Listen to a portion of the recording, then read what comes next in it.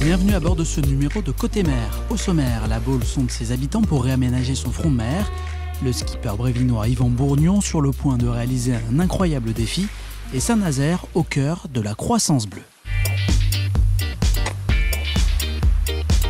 La mairie de la Baule vient de publier une enquête sur la requalification du front de mer. Près de 1200 habitants y ont contribué. Il en ressort que la majorité des sondés souhaitent une limitation du nombre de voies de circulation, ainsi que de la vitesse, une plus grande végétalisation et des aménagements pour les cyclistes. Après une phase d'étude, les travaux de réfection du remblai n'interviendront pas avant 2020. Yvan Bourgnon touche au but. Le skipper originaire de Saint-Brévin s'est lancé le défi de rallier le Groenland depuis l'Alaska à bord d'un navire de 6 mètres de long. Après avoir navigué au milieu des glaces, affronté le froid et croisé de près un ours polaire, il est sur le point de boucler son périple. Saint-Nazaire a accueilli il y a quelques jours un grand forum autour de l'économie de la mer. Entreprises, collectivités, universités ont évoqué les enjeux de la croissance bleue, un secteur d'activité capital pour le bassin nazarien, comme l'explique Paul Touré, directeur de l'Institut supérieur d'économie maritime de Nantes. Saint-Nazaire, c'est à peu près 10 000 salariés concernés par ces industries de la mer. La construction navale, les EMR, le port. Et aujourd'hui, c'est 10% pratiquement pour ces filières-là de ce qu'il y a en France. Donc Saint-Nazaire, c'est un poumon important de l'économie maritime.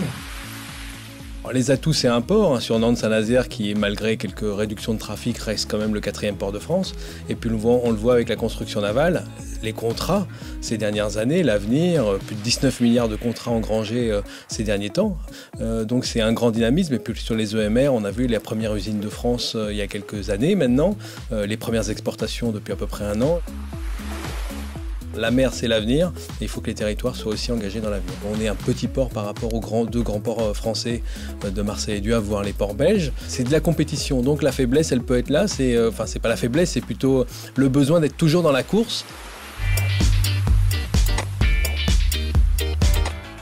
Dans le carnet de bord, le Grand Pavois ouvre ses portes le 27 septembre à La Rochelle. Deuxième plus grand salon nautique derrière Paris, il accueillera cette année une quinzaine d'entreprises de Loire-Atlantique, dont des fabricants de bateaux, de moteurs et de désalinisateurs.